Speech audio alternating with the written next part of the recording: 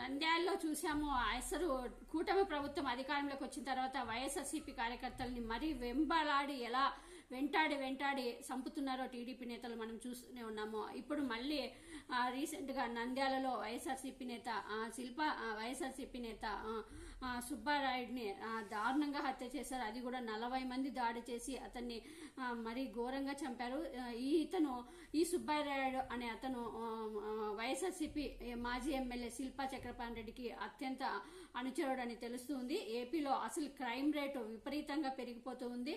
ఇది బీహార్ కన్నా ఘోరంగా తయారైపోతుంది ఏపీ అని చెప్పుకోవాలి. ఏపీలో కొత్త ప్రభుత్వం వచ్చిన తర్వాత హత్యలు మరింతగా పెరిగాయి. అయితే తాజాగా నంద్యాలలో దారుణ హత్య జరిగింది. నంద్యాలలోని మహానంది మండలం సీతారామరాజు గ్రామంలో దారుణం చోటు చేసుకుంది. వైసీపీ నేత సుబ్బారాయుడు ఇంటిపై దాడి చేసి హత్య చేశారు. ప్రత్యక్షులు ఈ దాడికి 40 మంది దుండగుడు పాల్పడ్డారని సమాచారం. కేకలేస్తూ తీడుతూ రోడ్లపైనే రాళ్లతో కత్తులతో సుబ్బారాయుడిని హత్య చేశారు దుండగులు.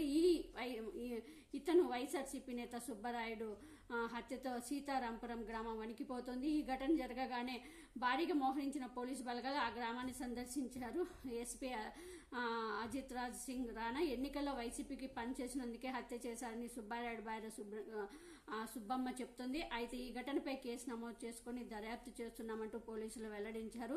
కానీ ఈ రోజు రేపట్లో కూడా జగన్మోహన్ రెడ్డి గారు ఈ కుటుంబాన్ని పరామర్శించడానికి నంద్యాల కూడా వెళ్ళబోతున్నారు. కానీ చూసాం మొన్నే మనం వినుకొండలో ఎలా హత్య చేశారో రజీద్ అనే యువకుడిని దారుణంగా హత్య చేశారు. మళ్ళీ ఇప్పుడు నంద్యాల ఇలా వైఎస్ఆర్ చాలా ఘటనలు వైఎస్ఆర్సీపీ ఆస్తులు ధ్వంసం చేస్తున్నారు, ప్రభుత్వ ఆస్తులు ధ్వంసం చేస్తున్నారు.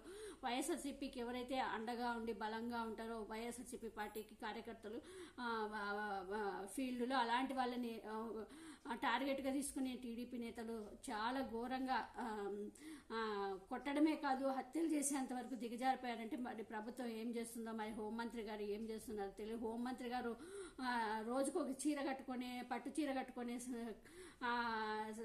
కట్టుకునే వాటి మీద ఉన్న శ్రద్ధ రాష్ట్రం పైన లేనట్టు తెలుస్తుంది మనకి.